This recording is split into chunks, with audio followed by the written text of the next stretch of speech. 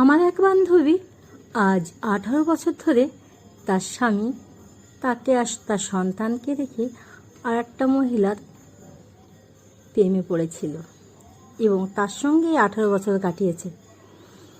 আর আমার বান্ধবীটা এত ভালোবাসতো তার স্বামীকে, এখনও ভালোবাসে, যে তার জন্য এত বছর অপেক্ষা করলো। আজ 18 বছর পরে তার স্বামী তার কাছে ফিরে এসে বলছে, আমি ভুল করেছিলাম, কারণ সে যার সাথে ছিল এতদিন সে আর একজনের হাত ধরে চলে গেছে।